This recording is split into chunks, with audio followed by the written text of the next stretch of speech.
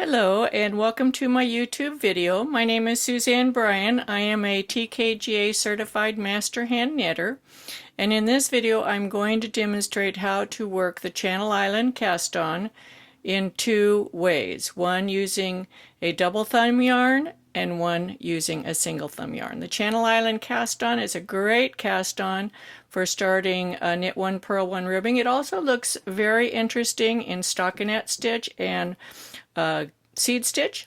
It makes a stretchy cast on.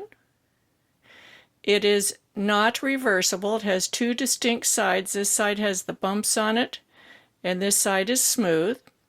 This is the right side, the side with the bumps. This is worked with the double thumb yarn.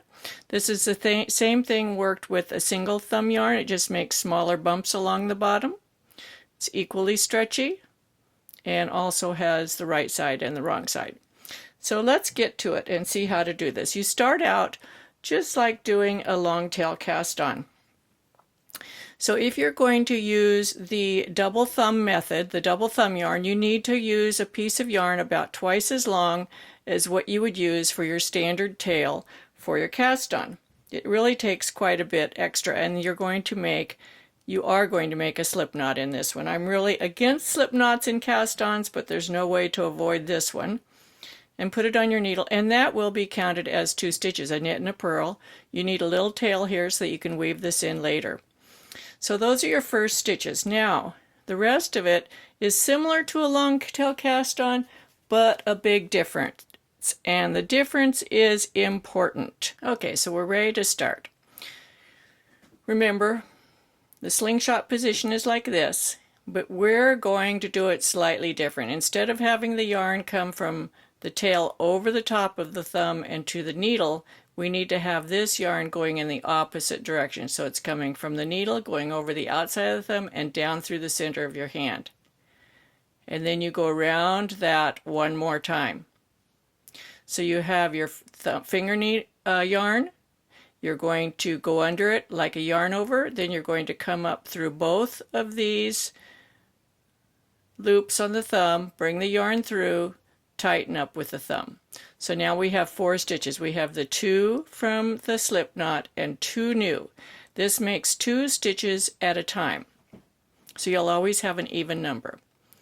Then to start the next stitch, yarn over the finger, thumb goes around this way 2 times, yarn over, under the thumb, pick up the finger, pull it through, tighten with the thumb. So now we have 2 more stitches. We've got 6. Thumb goes this way, yarn over, under the thumb, catch the finger, pull it through, tighten up with the thumb. Let's do one more. This way around the thumb, yarn over, under the thumb loops, pick up the finger yarn, pull it through. Now, when you turn to work back, the first row is a wrong side row. And what you're going to need to do, let's get this a little bit bigger. We can see here that we have the first stitch, which was our thumb yarn that we pulled through. Then we have the yarn over. Thumb stitch, yarn over. We're going to knit the thumb stitches and purl the yarn overs. It may seem counterintuitive. It looks like you should be knitting this stitch and purling this stitch, but it's the opposite. If you do it, I'm going to knit this and we need to purl the next one. But let's say we knitted it. Let me show you what happens. It loosens it up and makes a big hole. So you're not going to be doing that. You're going to come around to the front and purl it. Then you knit, purl. If you accidentally knit, you'll notice that it makes a big hole. So if you're seeing a big hole, it needs to be a purl, not a knit. So this is the first row, which is a wrong side row. And when you get to the slip knot, you're going to treat it like 2 stitches. So you're going to knit into the first one and purl into the second. Then when you turn your work, you're going to be looking at the right side row, and you'll see all of the little knots that we made by those double thumb stitches. So on this one, we're going to work in pattern. We can see this is going to be a knit. So you're going to knit, purl, knit, purl, etc. So when we're finished with this, what we're going to have is a swatch that looks like this. We'll have these knots that are below the purl stitches. Now let's try the same thing, just doing it with a single strand instead of a double strand. Let's start over and do it with a single strand because it is possible and it looks very nice.